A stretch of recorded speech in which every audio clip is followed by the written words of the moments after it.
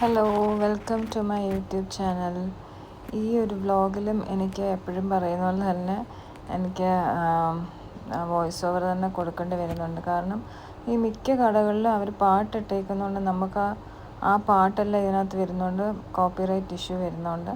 ഞാൻ അതുകൊണ്ടാണ് voice over എപ്പോഴും ഞാൻ വിചാരിക്കും ഡയറക്റ്റായിട്ട് മാക്സിമം പറയണം എന്ന്, പക്ഷേ അത് പറ്റുന്നില്ല. ഇതിപ്പോൾ ഞങ്ങൾ കഴിഞ്ഞ ദിവസം കുറേ നാൾ മുമ്പ് ഞങ്ങൾ ഷൂസ് വാങ്ങിക്കാൻ പോയപ്പം ഡാനിക്കുട്ടിൻ്റെ ഷൂസ് വാങ്ങിച്ചില്ലായിരുന്നു. അപ്പോൾ അവൻ എക്സാം ടൈമൊക്കെ ആയിരുന്നു.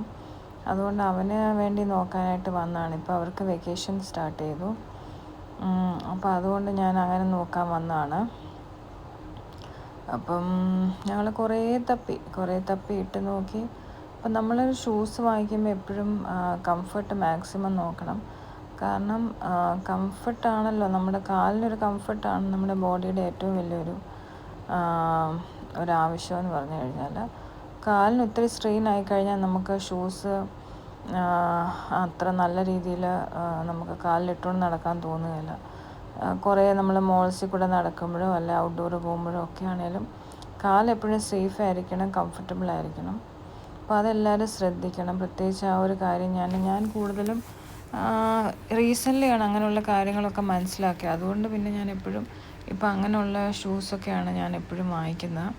കാരണം നമുക്ക് കാലിന് നല്ലൊരു സുഖമില്ലെങ്കിൽ കുറേ നടക്കുമ്പം കാല് വേദന, കാലിന് നീര് അങ്ങനെയൊക്കെ തോന്നുന്നതിന് ചാൻസ് ഉള്ളതുകൊണ്ട് നമ്മൾ കഴിവതും അങ്ങനത്തെ തന്നെ നോക്കി വാങ്ങിക്കണം.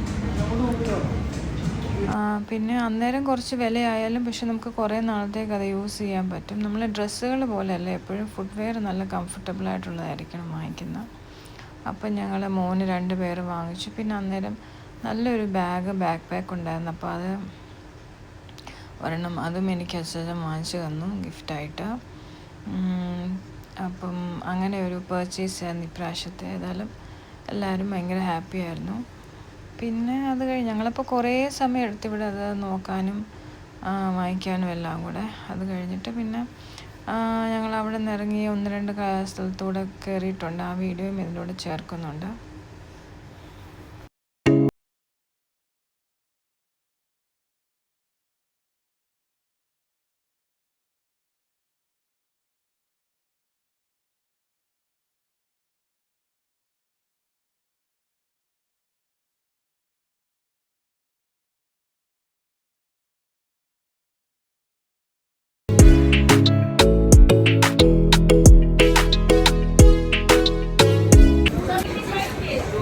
അൽബേക്കിൽ ബർഗർ ഓർഡർ ചെയ്തിട്ട് നിൽക്കുവാണ്. ഇന്നത്തെ തിരക്കാണ് ഇപ്പോൾ കണ്ടുകൊണ്ടിരിക്കുന്നത്. ഇത് നമ്മൾ അബുദാബി ഡേ ടുഡേയുടെ അവിടുത്തെ അൽബേക്കിൽ എപ്പോൾ വന്നാലും ഈ തിരക്കും ബഹളമാണ്.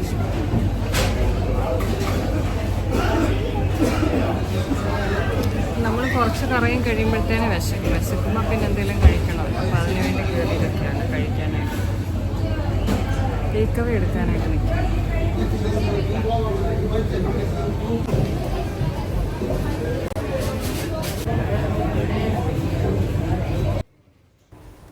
ജൊന്നക്കുട്ടി പേയ്മെൻ്റൊക്കെ കൊടുത്തിട്ട് അവിടെ ക്യൂവിൽ വെയിറ്റ് ചെയ്യാണ്. വളരെ ക്ഷമയോടെ സാധനം വാങ്ങിക്കാൻ വെയിറ്റ് ചെയ്യുക. കാരണം ഭയങ്കര തിരക്കാണ്. അത് ഓൺലൈൻ ഡെലിവറി അല്ലാത്തതും എല്ലാം ഉണ്ട്. പിന്നെ ഞങ്ങളപ്പോൾ അടുത്ത ഡേ ടു ഡേയിലും ഒന്ന് കയറിയാണ്. അവിടെ കുറേ ചോക്ലേറ്റൊക്കെ വാങ്ങിച്ചു. അപ്പോൾ എപ്പോൾ ചോക്ലേറ്റ് വാങ്ങിച്ചാലും അവിടെ ഒരു ഡിവൈഡ് ചെയ്ത് എടുക്കും എല്ലാവരും. കാരണം അല്ലെ തീർന്നു പോകുന്ന പേടിയാണല്ലോ. അപ്പം നിങ്ങൾക്ക് എൻ്റെ വീഡിയോ ഇഷ്ടമായെങ്കിൽ ഷെയർ ചെയ്യണം, ലൈക്ക് ചെയ്യണം, സബ്സ്ക്രൈബ് ചെയ്യണം. Thank you, by.